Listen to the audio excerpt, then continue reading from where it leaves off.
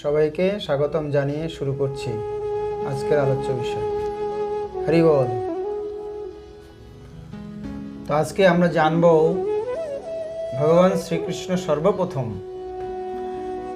অর্জুনকে কি বিষয়ের উপরে জ্ঞান প্রদান করেছিলেন। তিনি অনেক বিষয়ে জ্ঞান প্রদান করেছিলেন। সর্বপ্রথম কি বিষয়ে তিনি জ্ঞান দিয়েছিলেন এবং সেই জ্ঞান প্রদানকালে ভগবান শ্রীকৃষ্ণ অর্জুনের প্রতি কতটা সন্তুষ্ট ছিলেন, এই বিষয়ে আমরা জানার চেষ্টা করব। তো ভগবান শ্রীকৃষ্ণ অর্জুনকে যখন তিনি জ্ঞান প্রদান করছিলেন, তো প্রথমে তিনি বহু যুক্তি অবতারণা শুরু করেছিলেন। কেন অর্জুন শাস্ত্র থেকে অনেক যুক্তি অবতারণা করেছিলেন পণ্ডিতের মতো, ভগবান শ্রীকৃষ্ণের কথা মানতে চাইছিলেন না। আমি আমার জীবনের অভিজ্ঞতা থেকে বলছি, অনেক মানুষকে বলতে দেখেছি যে তারা বলেছিলেন যে প্রভু আপনি তো এই বিষয়ে জানেন না, প্র্যাকটিক্যালি আপনি তো সেখানে ছিলেন না, আপনি কি করে বুঝতে পারেন। তো এইরকম আমরা অনেক কিছু বলতে দেখেছি মানুষকে। এরকমও তারা বলেছে যে আপনি তো গৃহস্থ হননি, গৃহস্থের মর্ম কি বুঝবেন। তো উপলব্ধির যে ব্যাপারগুলো চারটি স্তরে হয়। কেউ ফার্স্ট ক্লাস, কেউ সেকেন্ড ক্লাস, কেউ থার্ড ক্লাস, কেউ ফোর্থ ক্লাস হয়। যার ফার্স্ট ক্লাস হয় তাদের দেখে শিখতে হয় না, শুনে শিখতে হয় না, তারা তাদের উপলব্ধির মাধ্যমে সেটি বুঝতে পারে। তাই জন্য তাদের দেখে ঠেকে শিখতে হয় না। দেখে বা ঠেকে যারা শেখে তারা হচ্ছে সেকেন্ড ক্লাস, থার্ড ক্লাস। আর যারা দেখে ঠেকেও শিখতে পারে না তারা হচ্ছে ফোর্থ ক্লাস। তা আমরা এখন এই বিষয়গুলি জানার চেষ্টা করব। তো ভগবান শ্রীকৃষ্ণ অর্জুনকে তিরস্কার করেছিলেন সর্বপ্রথম। জ্ঞান প্রদানের সময় তিরস্কার করেছিলেন। তো গুরুর কর্তব্য হচ্ছে শিষ্যকে শিক্ষা দেওয়ার সময় তার ভুলগুলো ধরিয়ে দেওয়া, এটি তার নৈতিক কর্তব্য। এবং শাসন করা, তিরস্কার করতেই হবে, সেটি হচ্ছে তাড়ন। কেননা সেই তিরস্কার বা তাড়ন যদি তা না করা হয়, শিষ্যের প্রতি যে দায়িত্ব সেটি সঠিক হবে না। আর শিষ্যেরও কর্তব্য হচ্ছে যে গুরু আমাকে তাড়ন করবে বা শাসন করবে, শুধু ভালোবাসবে সেটা কিন্তু নয়। তো এই তাড়ন এবং লালন দুইটি একই সঙ্গে একই মাত্রায় থাকতে হবে। কোনোটি যদি কম বেশি হয় তাহলে যেমন সেটি ভালো হয় না। ছেলে মেয়েকে আমরা একাধারে শুধু ভালোবাসাই দেব, তাকে শাসন করব না, আবার একাধারে তাকে শাসন করব, ভালোবাসা দেব না, এরকম নয়। তো তাড়ন এবং লালন দুটো সমান্তরাল, একই দাঁড়িপাল্লার মাপ মতো প্রয়োগ করতে বলা হয়েছে। তো আসুন আমরা জেনে নেব ভগবান শ্রীকৃষ্ণ দ্বিতীয় অধ্যায়ের 11 নম্বর শ্লোকে তিনি কি উপদেশ দিয়েছেন, সেখান থেকেই প্রথমেই ভগবান শ্রীকৃষ্ণের জ্ঞান প্রদান শুরু। শ্রী ভগবান উবাচ অসচ্চানম বশস্তং প্রজ্ঞাবতংশ্চ ভাষসে গতাশুন চ নানুশোচন্তি পণ্ডিতা। অনুবাদ: পরমেশ্বর ভগবান বললেন, হে অর্জুন, তুমি প্রাজ্ঞের মতো কথা বলছো, অথচ যে বিষয়ে শোক করা উচিত নয় সেই বিষয়ে শোক করছো। তো যারা যথার্থ পণ্ডিত তারা কখনো জীবিত বা মৃত কারো জন্যেই শোক করেন না। তোমার যে বিষয়ে শোক করা উচিত নয়, এখানে তিনি তিরস্কার করলেন যে তুমি পণ্ডিতের মতো কথা বলছো, অথচ যে বিষয়ে শোক করা উচিত না সে বিষয়ে তুমি শোক করছো।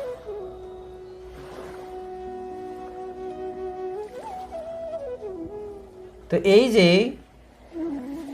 জড় শরীর এবং আত্মার মধ্যে যে কি পার্থক্য, এটি যদি কেউ না বুঝতে পারে তাহলে সে চিন্ময় জগতের উন্নত স্তরে প্রবেশ করতে পারবে না। এই জগতে পড়ালেখা শিখে অনেকে শিক্ষিত হয়, পণ্ডিত হয় বটে, তো এটিকে বলা হচ্ছে জাগতিক জ্ঞান। জাগতিক জ্ঞান দ্বারা কিন্তু চিন্ময় জগতের জ্ঞানকে পরিমাপ করা যায় না। একজন ব্যক্তি হয়তো জাগতিক শিক্ষায় শিক্ষিত হননি, কিন্তু তার পারমার্থিক জ্ঞান অনেক আছে, পরমার্থ জগতের জ্ঞান, এই জগতের জ্ঞান নয়। এই জগৎ পরিচালনার ক্ষেত্রে, সমাজ পরিচালনার ক্ষেত্রে, রাষ্ট্র পরিচালনার ক্ষেত্রে, রাজনীতির ক্ষেত্রে, সমাজনীতির ক্ষেত্রে, পারিবারিকভাবে জীবন পরিচালনার ক্ষেত্রে আমাদের অনেক জ্ঞানের প্রয়োজন হয়, কিন্তু সমস্ত হচ্ছে জড় জ্ঞান বা জড় জাগতিক জ্ঞান।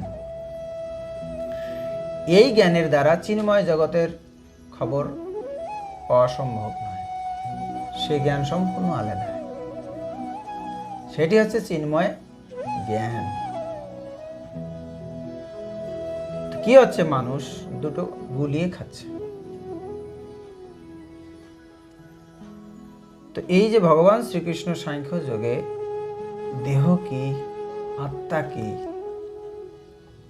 এই বিষয়ে সুন্দরভাবে ভগবান শ্রীকৃষ্ণ অর্জুনের সম্মুখে তুলে ধরেছেন যে যে বিষয়ে তোমার শোক করা উচিত নয় সেই বিষয়ে শোক করছো, অথচ পণ্ডিতের মতো কথা বলছো।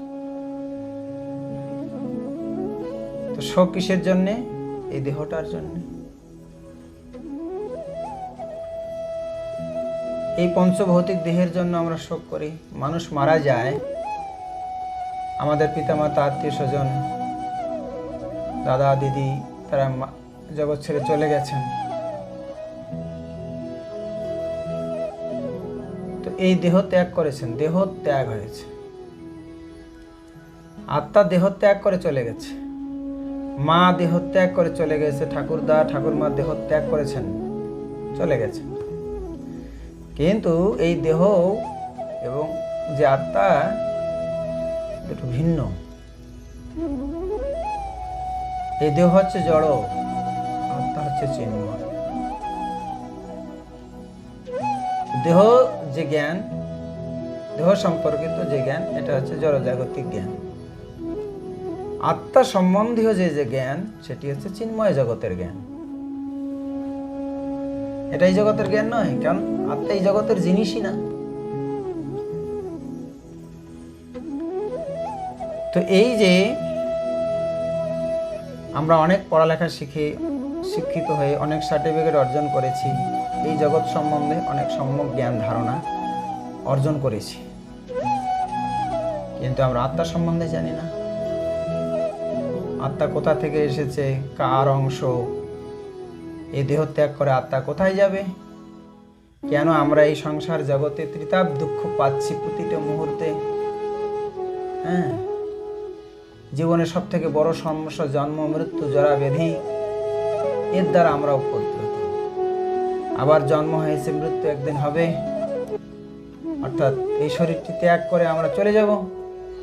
এই সমস্ত শারীরিক যত সম্বন্ধ রয়েছে সমস্ত ছিন্ন করে, কোনো সম্বন্ধই চিরকাল থাকবে না। যতই আমরা মেরামত করার চেষ্টা করছি না কেন, সেই সম্বন্ধ কিছুতেই থাকবে না। তাই অর্জুন যুক্তি দেখাচ্ছিলেন যে রাজনৈতিক সামাজিক প্রয়োজনীয়তা থেকে ধর্মীয় নৈতিকতাকে তিনি অধিক গুরুত্ব প্রদান করেছেন। ধর্মীয় রীতিনীতি, সামাজিক রাজনৈতিক প্রয়োজনীয়তা থেকে তিনি ধর্মীয় ব্যাপারটাকে গুরুত্ব দিয়েছেন। কিন্তু এখানে ধর্মীয় রীতিনীতির থেকেও অধিক গুরুত্বপূর্ণ হচ্ছে আত্মা সম্বন্ধীয় জ্ঞান। কিন্তু তিনি জানতেন না, অর্জুন জানতেন না যে জড় আত্মা, জড় জগৎ, আত্মা এবং ভগবত তত্ত্ব সম্বন্ধীয় যে জ্ঞান, সেই সম্বন্ধে তিনি কোনো বলেননি। তাই ভগবান শ্রীকৃষ্ণ তিরস্কার করলেন যে তোমার যে পাণ্ডিত্য, তোমার যে জ্ঞান আছে তার জড়জাগতিক স্থূল জ্ঞান, আত্মা সম্বন্ধে, ভগবত তত্ত্ব সম্বন্ধে তোমার সে কোনো জ্ঞান নেই। তাই ভগবান শ্রীকৃষ্ণ বললেন, আত্মা চিরন্তন সত্য, যার জন্ম নেই, মৃত্যু নেই, অক্ষয় অমর, কিন্তু দেহ অনিত্য, জড়, যার জন্ম আছে, মৃত্যু আছে। আত্মা চেতন, কিন্তু দেহ জড়। এই যে পার্থক্য নির্ণয় করে ভগবান বুঝাচ্ছেন। তাই তিনি বললেন যে অর্জুন, দেহ বিনষ্ট হলেও আত্মা বিনষ্ট হয় না। তুমি যে শোক করছো কিসের জন্য? দেহটার জন্য। কিন্তু আত্মা যেহেতু মরে না, তাহলে সে বিষয়ে কোনো শোক করার দরকার নেই। কারণ আত্মা নিত্য, তার জন্ম নেই, মৃত্যু নেই। তো এইটাই ভগবান শ্রীকৃষ্ণ বোঝাতে চেয়েছেন যে যারা যথার্থ পণ্ডিত তারা আত্মা সম্বন্ধে জানে এবং দেহ সম্বন্ধে জানে।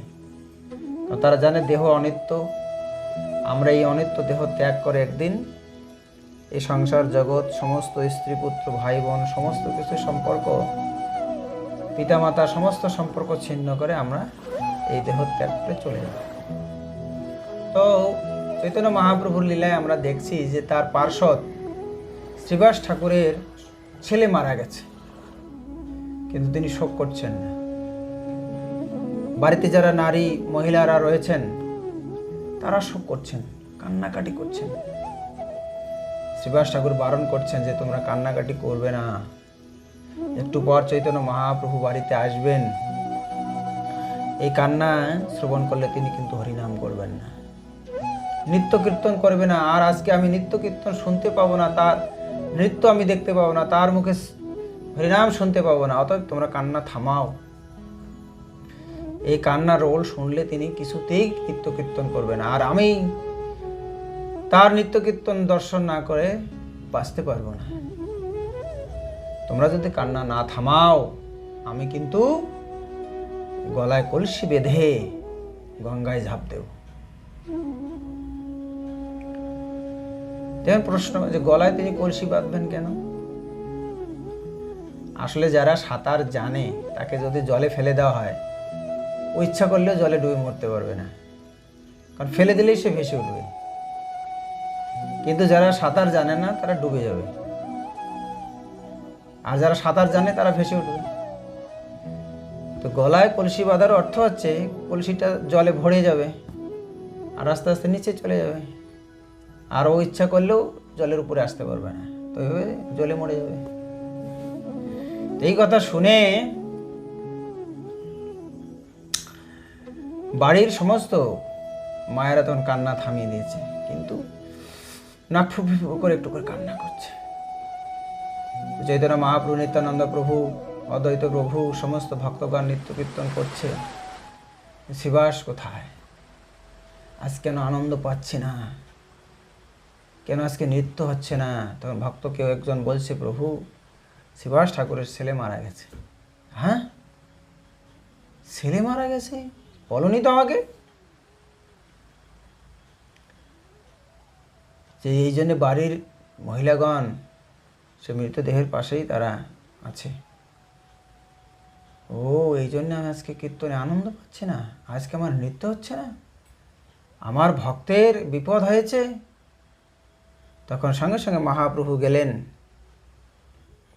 সবাই কান্না করছে। তো শিবাস ঠাকুরকে মহাপ্রভু বললেন, শিবাস, তোমার পুত্র বিয়োগ হয়েছে, তবু তুমি আমাকে বলনি যে প্রভু পিতা পুত্রের যে সম্পর্কে অনিত্য সম্পর্ক, এই জগৎ ছেড়ে সবাই একদিন চলে যাবে। কিন্তু আজকে যদি এই সংবাদ শুনে তুমি কীর্তন না করো, তোমার কীর্তন নর্তন যদি আমি দেখতে না পাই, আমার বড় কষ্ট হবে। এর বেঁচে থাকার থেকে মরে ভালো।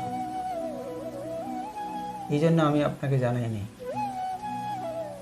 তখন সেই মৃতদেহে প্রাণ সঞ্চার করলেন, ছেলেটি জেগে উঠল। তখন তিনি জিজ্ঞাসা করছেন, বালক তুমি কেন চলে যাচ্ছ? যে আমার আয়ু শেষ, আর কে মাতা কে পিতা, এই দেহের সম্পর্ক অনিত্য সম্পর্ক। আমার আসল মাতা পিতা তো ভগবান। আমার যতদিন এই জগতে ভোগ ছিল, এই মাতা পিতার দেহকে আশ্রয় করে আমি জগতে জন্ম নিয়েছি। আজ এই দেহ ত্যাগ করে আমি পরম ধামে চলে যাচ্ছি। নিতাই গৌর হরি বল। শ্রীবাস ঠাকুর কান্না করেনি, ভেঙে পড়েনি। এই হচ্ছে যথার্থ পণ্ডিত। তাই গুরুদেব ভগবান শ্রীকৃষ্ণ অর্জুনের গুরুর ভূমিকা অর্জন করে তাকে তিরস্কার করলেন, শিক্ষা দিলেন। হ্যাঁ, তুমি পণ্ডিতের মতো কথা বলছো? তার মানে শিষ্য গুরুকে জ্ঞান দিচ্ছে, উল্টে। তাই ভগবান শ্রীকৃষ্ণ গীতা জ্ঞানের মাধ্যমে জগৎজীবকে শিক্ষা দেওয়ার জন্য তিরস্কার করলেন শিষ্যকে। শিষ্য যেন কোনোদিন না মনে করে যে আমি গুরুদেবের থেকে বেশি পণ্ডিত হয়ে গেছি, আমি অনেক বেশি বুঝে গেছি। এই থেকে সাবধান করে দিলেন। সর্বপ্রথম ভগবান শ্রীকৃষ্ণ অর্জুনকে তিরস্কারের মাধ্যমে তাকে আত্মা এবং এই জড়দেহের পার্থক্য নিরূপণের মাধ্যমে তিনি জ্ঞান প্রদান শুরু করলেন। আর এটি ছিল আজকের প্রশ্নের আলোচ্য বিষয়। কোনো কমেন্টস থাকলে করবেন, লাইক দেবেন, শেয়ার দেবেন, এবং যারা নতুন দেখছেন চ্যানেলটি অবশ্যই সাবস্ক্রাইব করবেন। হরে কৃষ্ণ।